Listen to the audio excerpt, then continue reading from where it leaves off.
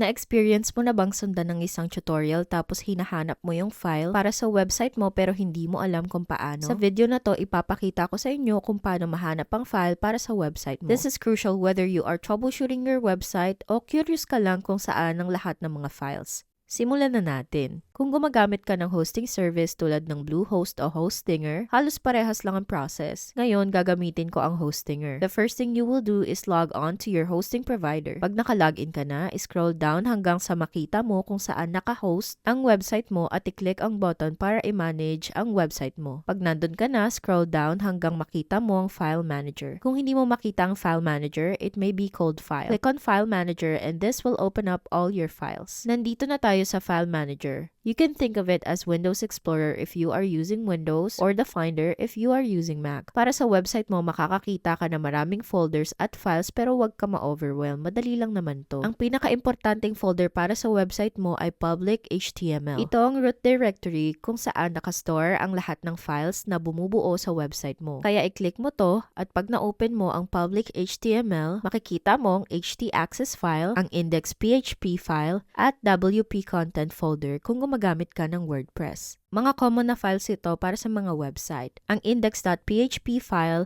ang unang file na naglo-load kapag bumibisita sa website mo. Pwede mo tong i-click at tignan ang lahat ng detalye sa file. Ang htaccess file is for server configuration and the wp folder contains your themes, plugins, and uploads if you are using WordPress. To edit a file, i-click mo lang ang file, pumunta sa taas at makikita mo ang icon na mag-aalaw sa'yo na i-edit ang file.